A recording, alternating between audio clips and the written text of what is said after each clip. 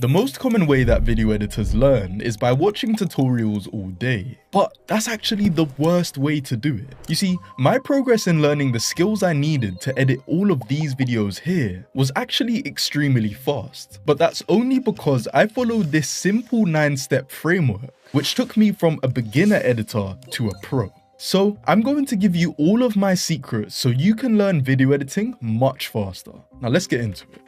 Now welcome to the Learning Blueprint. Now, I've created this entire document so you can learn how to improve your skills 1,000 times faster. And I want to start just by explaining why tutorials can only get you so far. So, they teach you the practical skills, but they don't teach you the theory. So, for an example, they might show you how to make an engaging edit. But why is it engaging?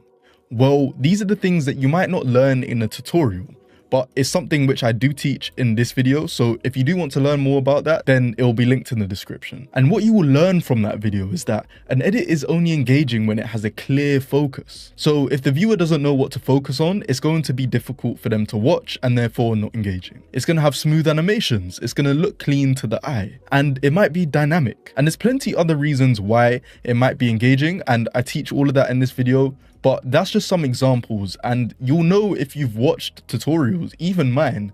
I don't explain why it's engaging, I just show you how to do it. So you will learn practical skills, but you won't learn the theory. They also don't teach you problem solving. You see, video editing is literally the ultimate problem solving game. You either need to solve the problem of having ideas, or you need to solve a problem of making that idea come into reality. How do I make this edit? Oh, I've got this sick idea in my head, but what effects do I need to make it? Video editing is a skill of problem solving. And those are two things which you just don't learn in tutorials. Because if you watch a tutorial, they will just show you how to do it, and more likely than not, you're just going to copy the edit, but you're not actually learning for yourself. You're not experimenting, so you don't have the grasp which the actual person who made the tutorial will have. And the ultimate goal is that you do have this grasp, that you do understand what effect you can manipulate to make what idea you had come to reality. So these are the reasons why tutorials only get you so far. They're good to learn the software, but not good for creativity. So let's say you have a UI animation in your head. Well, you need to think, what will I need? Well, there's going to be animations, there's going to be effects, and there's going to be assets. And these are in fact the only 3 things you actually need for an edit. And by breaking this down, we can then actually further diagnose where we need to improve our skills. So instead of just copying a tutorial step by step, we can actually go into it more deeply. We can go, oh, okay, so what assets would I need to create this edit? Oh, well, I'm going to need an asset of the icon for Google Chrome, let's say. Oh, well, where am I going to get that? I'm going to get that on Google. But then what if there's an asset that you don't know how to create? What if there's some shape layer which comes on the screen and you go, oh, I don't know how to do that actually. Well, here's where you're going to have to think, and you're going to have to use your problem solving skills to go, how am I going to make this asset? And now you're going to learn, because here's a specific issue which you have in your editing. You don't know how to create this certain shape layer. Bang. Now you're going to improve your editing skills so much more because you're going to specifically target that problem. And then, for example, you might come to animations. Oh, I don't know how to make this camera movement look as smooth as they did in this video. Oh, let me diagnose that tiny little issue and fix that. Because you may think that editing is this big 100% thing that you improve, but editing is actually these really small things which you improve that compound into the bigger picture. So by diagnosing, oh, I have an issue in animations, oh, I have an issue in creating assets, you're going to improve much faster. So let's get to the point. What we're going to do is we're going to learn by recreating edits, and then we're going to use tutorials where we need help. So essentially, tutorials is just the helping hand, but it's not the actual vehicle which we use to learn. It's just helping us to understand things that we genuinely don't get. So here's an example of a video which I recreated when I literally had no experience doing documentary editing, but I did it. I just persevered and I thought systematically. I thought, well, all I need is assets, and then I'm going to need the animations, and then I'm going to need the effects. So I recreated this small clip here at the beginning. And then I taught people how to do it in my own video. And bear in mind, I had no idea how to actually do it myself. So here was my recreation.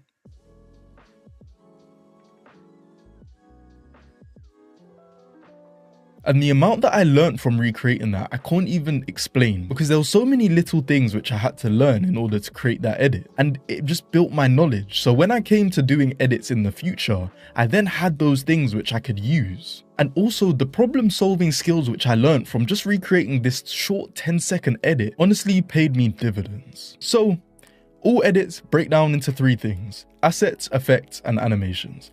Assets, you might think of icons, images, 3D objects. Well, where can we get icons? It's probably on Google. And if not, you could create it in Photoshop. Images, probably on Google. 3D objects, you can get tons on this website called TurboSquid, and there's lots of other websites you can find. Then we have effects: glows, gradients, drop shadows. These are the small things, the small details which really add up to make the edit. Then we have animations: text animations, asset movements, camera movements. And this is all an edit is. And once you break it down, you can go, oh, okay, well, I can find all the assets, but in terms of the effects, there's this really small effect where there's particles floating around and I don't know how to do that. Now let me go into a tutorial and learn that. Oh, okay, now I know how to do that, but I don't know how to do that text animation they did. Now you can go in a tutorial and learn that. And slowly you're going to piece things together. And you're going to build your knowledge of the software in a much more deeper way than you would if you just watch tutorials and copy them. So why does this help you 1,000 times more? Well, now you can identify what exactly you must learn. Oh, this doesn't look similar. I think I'm bad at smooth animations. Let me watch a tutorial and then learn. And then I'll implement it into this recreation. It will improve your problem solving, which will help future edits, and you'll learn by application, not by copying. So all edits can be replicated, just define the issue. And I'm going to show you something which I didn't do in this video, but I could have. So if we just watch it, there's a small little effect where in the background, you can see there's small particles coming up behind these. And in order to create this video, I simply just took screenshots and cut these out, just so I could use the assets. But the thing is, because I did that, I didn't have separate images for the people and then the background. So I couldn't add the particle effect behind them, because in order to add it behind them, I would need to have them cut out. So thinking about that now, a quick fix which I could have done is I could have masked these out separately in Photoshop, and then I could have just added the particle effect to the background. So these are just small ways of thinking around issues. And this problem solving skill is going to completely change your video editing life, because you need to know how to solve problems. That is essentially all that video editing is. So let's get to the framework. Now, what I want you to do is I want you to pick a video from your favorite YouTuber. So the criteria is, for this first video we're going to do, let's not make it too complex, but let's make sure it challenges you. Let's make sure that it's got things which you would question how to do. Also, that you love the editing style, because this will actually motivate you to learn it. And then it's in the niche that you want to work in, preferably. So step 1, recreate any assets used. So you can find the assets online, you can create the assets on Photoshop, or you can just use similar ones for the sake of learning. So in this video, I wanted to make sure that whatever I did replicated the clip which I was recreating the most. So I don't know how to make these cartoonish characters. Now, this is a skill which is completely different to video editing. This is actually like art on Photoshop or whatever. This is drawing. I don't know how to do that. So I thought, okay, how am I going to get these images? I could go on Google and make my own silly looking ones, or I could be smart and just take a screenshot of this and then cut them out in Photoshop. And then I have my own versions which I can use. This is the type of problem solving which you should be using when you're recreating your clips. Then we come to step 2. We're going to analyze the animations. So what assets are moving? What camera is moving? And how is the text being animated? So if we come back to this clip here, we can see that these assets just animate in, they drop down, and then we have a line that animates up. We have the camera just moving. So you can see that we're just analyzing step by step. So the animations, we've gone through the assets, now we come to the animations. Then we come to analyzing the effects. So here we can see this YouTube little thing has like a vignette around it. So what did I do? I applied a vignette and then I changed the center of it so it makes this nice dark little shadow here. And then you can see it's got particles behind it, right? So I thought, what particle effects do I know are in After Effects?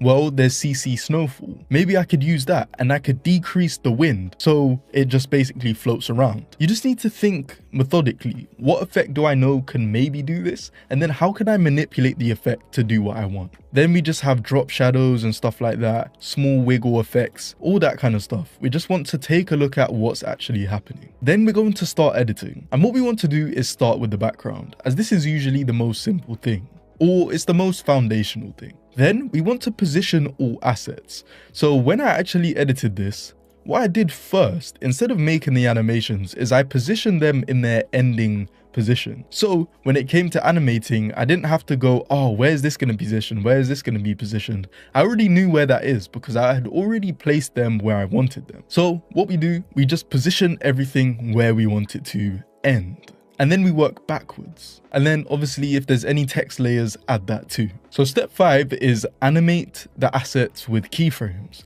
So this is where I'm going to take that ending position and then I'm going to actually keyframe the starting position.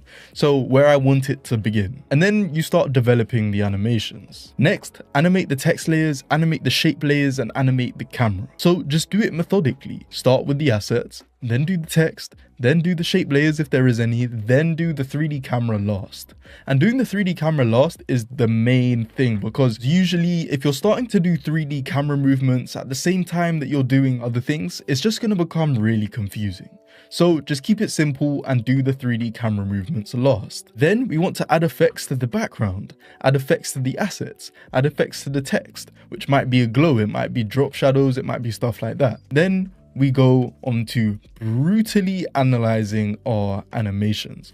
And that's because after you've added the effects, you've done basically everything. You've done the assets, you've done the animations, and you've done the effects. So we now need to look at our work and go, are these animations smooth? Does it look accurate? If not, how can I improve it? Now, you can watch tutorials in order to see how to, and you should also get external feedback because this is going to really help you know, oh, okay, I didn't even know I was doing that wrong, but now I know, so now I can improve it. And what I want to do in a video is actually analyze some of your edits. So I'm going to leave a link in the description where you can send your own edits and I will actually analyze them on a YouTube video so you can learn exactly what is going wrong and also what's going well. Step 8, record a voiceover, even if it's bad, don't worry, and just create an edit using what you've learned. So what we always aim for is whatever we learn, we actually want to implement it with our own ideas. So in this step, we're going to create our own edit, something similar to what we did, but not exactly the same. And this is just going to reinforce these new things which we just learned. Step 9, rinse and repeat. Do it all over again with a different edit, that's slightly more challenging and which will prompt you to learn things. And this 9-step process is exactly what I did in order to learn how to edit videos. Now, it will be the most challenging way to learn, but if you want to actually understand the software that we're using, this is what you need to do. And I can tell you from first-hand experience,